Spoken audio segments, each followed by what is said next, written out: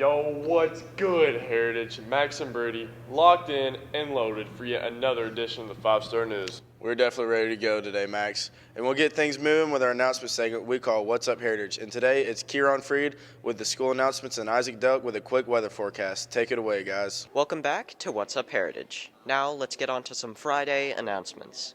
First off, tryouts are about to begin for fall sports, involving cheerleading, volleyball, and softball. For more information, head to the main office. Next off, if you're still wanting to buy your school rings, please be sure to talk to the people from Jostens about your order. And lastly, prom tickets are out now. They're $65 a ticket and will only go up from there. Now, let's get on to the weather with our weatherman, Isaac Delk. Thanks, Kieran. Now, let's get on to the weather. For Saturday, we'll have partly cloudy skies with a high of 52 and a low of 26. On Sunday, it'll be mostly sunny with a high of 46 and a low of 25. And for Monday, it'll remain mostly sunny with a high of 54 and a low of 27. Now, let's get back to the anchors for more news. Thanks, you two. And now back to the news. And Brady, have you ever stepped foot inside the HHS counseling office? Let me think about that one. Well, if you have to think about it that long, then I know your answer is no. But you might need to go down there soon and check out the college accepted board. Okay, I'll try to slip in there today at lunch. What is it? Well, it's a bulletin board that shows, well, let's get to our reporters. Lauren and Johnny, and they'll talk about it here. So we started our accepted bulletin board in the counseling office this year. It's something that we've been wanting to do for a few years. We actually wanted to start the year that COVID happened and we didn't get to, and then things have just been strange. So we decided to get it started. If you have been accepted to a college, we would like to know the one that you're going to, but if you've just been accepted to something that you're proud of, you can come by the counseling office. We'll take your picture, you'll make a card, and we'll get you up on the board where it says that you have been accepted to a college. They started a new college board this year. It's their first year ever doing it. It's where they go around to the seniors, and if you're committed somewhere to play sports or if you've been accepted and you know you're going there, then they'll take a picture of you and they'll put it up on the wall, and you get to write like a little message saying where you're from. I just think like it's a really good thing for like the younger kids to like have a good idea of what it is to go to college and how hard you have to work. Max, that was pretty neat. Congrats to all of you that are already on there, and good luck in college next year. Moving on now to some basketball. Wait, Max. We're in the sports segment just yet. Oh, I know that, but we do have some basketball news to get there to our students today. Okay, what is it? Well, think about it. It's March. You know what that means. Yes, I do. It's time for Coach Bryant's annual March Madness Basketball Tournament Bracket Challenge. Sweet. I love filling out those things. Who do you got winning it, Brady? Not telling you, bull, but I'll give you a hint. Their colors are crimson and... Oh, you're picking Charleston too? Yeah, sure. Let's get over to Silas, Tipton, and Gabe with more details about the bracket challenge. We started March Madness last night, matter of fact, and we have about 30 to 35 people that have signed up. So I will keep that. After the first round, I will give an updated update of everybody, and we will post the scores out here in the gym, and we will announce the top three. So for my March Madness bracket this year, I have Charleston winning the whole thing. They're a 10 seed, but they're going to go all the way, no doubt in my mind. I didn't make a bracket for the school, but I've made a couple at home. So, yeah, hopefully Charleston comes out on top. But I think Bama, if they hit threes, they're probably gonna be there at the end. Some other teams, I kind of like Houston, Kansas. Again, they always seem to be there. And but anyway, we'll keep you updated after each round and let you know who's winning and who's losing. I didn't have many upsets going into it, but I do think St. Mary's going to pull out a few upsets this year, make a little run maybe to the Elite Eight. But then ultimately I have Purdue and Alabama meeting in the Final Four, and Purdue's going to beat them. And then Purdue's going to beat Houston in the national championship to win it all. So that's my March Madness bracket. It's always a fun deal. Time for a break, but hang with us for sports. Lauren and Johnny will have baseball, tennis, and soccer highlights. Stick around, sports is next.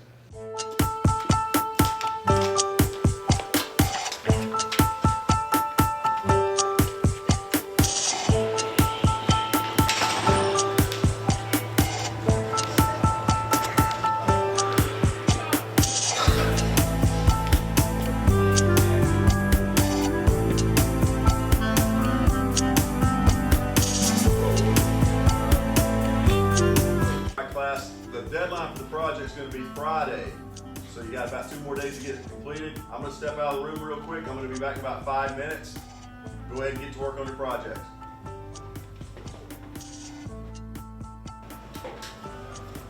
All right, guys. Bree, are you on your phone?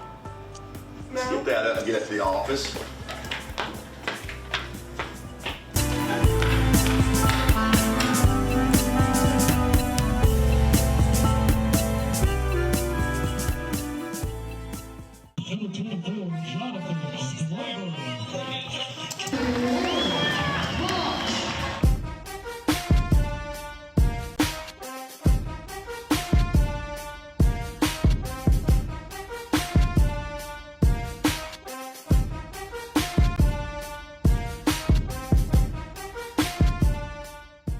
Sports Time Generals. It's Friday and we're coming at you with all things HHS sports. We're going to start with baseball, and our Generals were trying to extend their record with a 3-game win streak against Coahuila. Coach Beagle sent senior Landon Skeen to the mound against the Colts. How'd the game turn out? We're going to send you to Max, Brady, and crew with the game recap. We traveled down to Coahuila Creek on Wednesday and faced a really good Coahuila Creek team. It starts out on the mound. Landon Skeen started for us. He did through 5 innings with his 6 strikeouts. Looked good on the mound. One of his better starts this year. Real proud of him. He also got us started in the bottom of the second with a base hit with 2 outs to get a run in the second inning there. And we just kind of continued going. Started with the bats too. I think we had 4 hits, but a lot of contact yesterday. Definitely struck out a few less times than we normally do. So that definitely helps putting the ball in play. So, yeah, Wednesday night we played against Coahuila Creek. We had a really good team victory. A lot of people started hitting the ball that we needed to hit the ball. Pitching did really good. Landon threw 5 really good innings for us, and Gary came in. He struggled a little bit, but then ultimately I came in and got the job done, and it was just a great team win. It went pretty good. We won 3-1, and we pitched really well. We started to hit the ball a little bit more and played solid defense. The game. Congrats on that big win at Coahuila, and you guys beat up on Southeast again last night too. We won 12-0 over the Raiders, and we'll play them again later tonight at the Taj. Moving on to tennis now, and both our boys and girls teams got big region wins over Northwest on Tuesday and look to keep that streak going as they went down to Central Carrollton. Could our teams pull off an upset?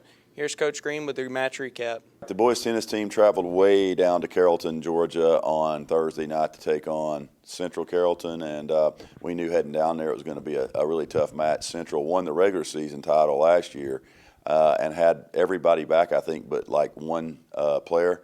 So, they went to the Elite 8 in the state, and we went to the Sweet 16 in the state last year, but we lost 5 players. So we knew we had our work cut out for us when we made the 3.5-hour trip down there. Once we got off the bus, though, started playing, we realized, hey, we can hang with that group. They were really good, but if we play well, we can beat them.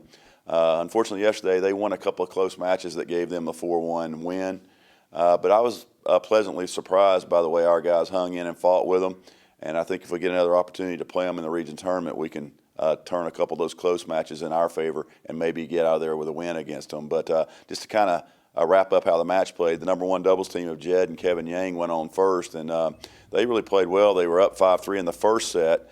Somehow let that slip away. It's kind of becoming kind of a trend for them. They get a lead early, let it slip away, and they did in the first set and lost in the tiebreaker. They came back and won the second set really easy, 6-3. And then it came down to a third set tiebreaker, and they just didn't get it. They lost 10-5 in the third set tiebreaker, so we were down 1-0. Then our number 2 singles player, Dario Fonio, has been a pretty good player for us. Played a really good guy from Central. He was the number 1 last year, but he's playing number 2 singles this year. And he beat Dario 6-1, 6-2. So it's pretty lopsided in the score, but the match was pretty good. Dario played pretty good and just couldn't get it done there. And then they put number 3 singles on, Thomas Culpepper, and he lost 6-1, 6-2. So they had kind of grabbed a 3-0 lead right there. But as Thomas' match was going on, Caleb Biddle was playing the number 1 guy. The number 1 guy from there is from Brazil, really good player. He won the first set 6-3. Caleb Biddle came back and won the second set 6-2. So that one goes to a third set tiebreaker. and the Central guy won 10-3 in that one. He got off to a good start. We don't like to play a third set tiebreaker for the whole match. They do. So instead of playing it out, we play a third set tiebreaker to 10. They got off to a good start and held on to beat us 10-3 there. But I think that's a match, if we get to play again, that Biddle's got a chance to win, a good chance to win, because of the region tournament. They play them all the way out. And then we put our number 2 doubles team on of John and Matt Keith, the twins. And they've been twinning all year for us, and they really won in a lopsided straight set match, 6-2, 6-1, I believe. And that was the 4-1 decision. But we lost 4-1. And if you just look at the numbers, it looks like Central's way better than us. But those 2 matches that went 3 sets were really tight. If they go our way, we win the match 3-2. So the guys are kind of not happy that we lost. It's not a moral win, but it's a match that lets us know, hey, they're not that far ahead of us, if anything. So we're anxious to see them again, and we hope to get to play them again in the region tournament. So yesterday we went down to Central, took the long drive down to Central. We lost 1-4, but all the girls played great. We were really proud of them. Central is a strong team. They've always had a strong tennis program. And so winning one court was very exciting for us. Our one win came from sophomore Ella Blansett at number 3 singles. She actually lost to the girl last year, so it was a sweet revenge match for her.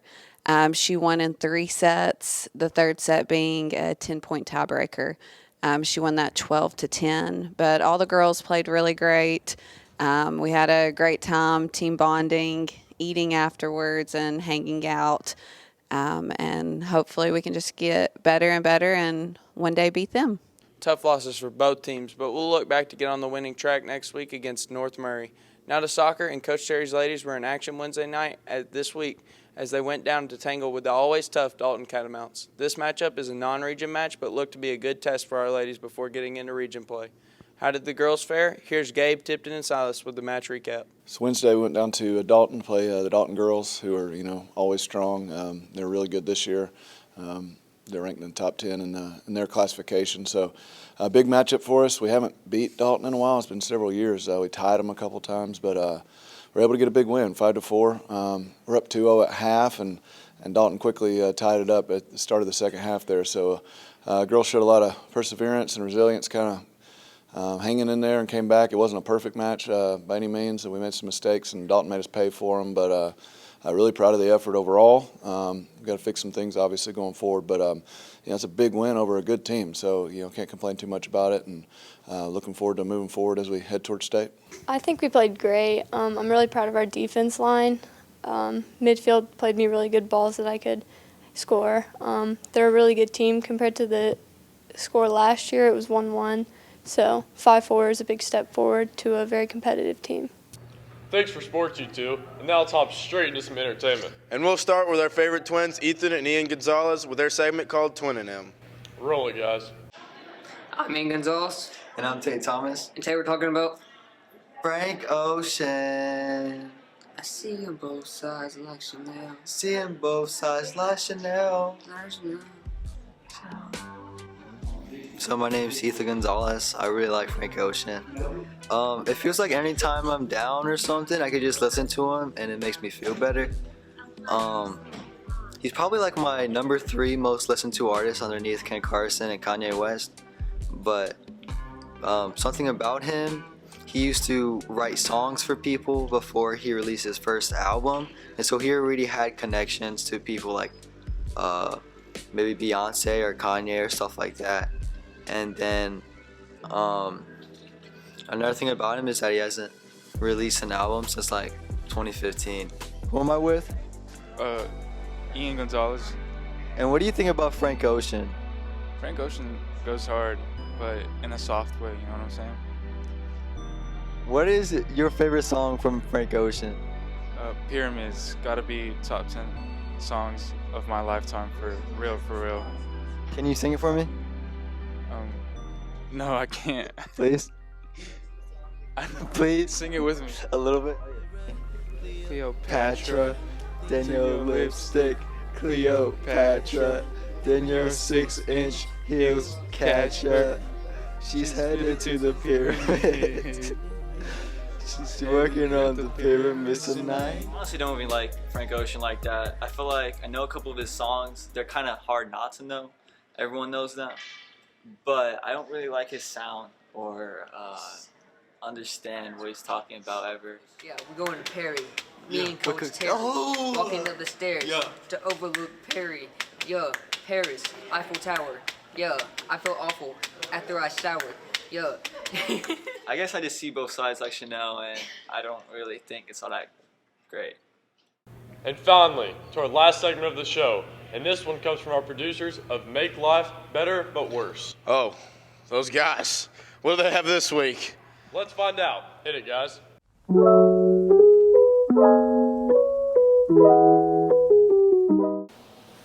Okay, I'll be back in a jiffy. Actually, that's not true. Excuse me? A jiffy is actually 1/100th of a second. So you won't be back in a jiffy. Dude, it's just the same.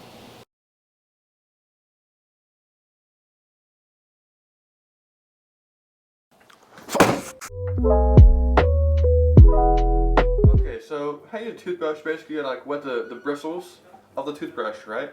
And you got glob on the toothpaste, you got brush teeth for 2 minutes, you know what I'm saying? Whoa. Whoa. That's not the right term. What?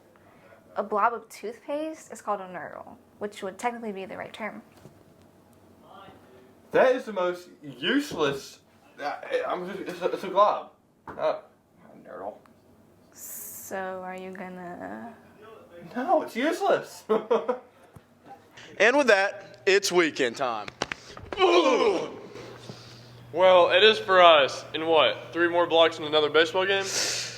Oh yeah, as for y'all, enjoy your weekend, and we'll see you again on Tuesday with a brand new report. But until then, stay classy, Heritage.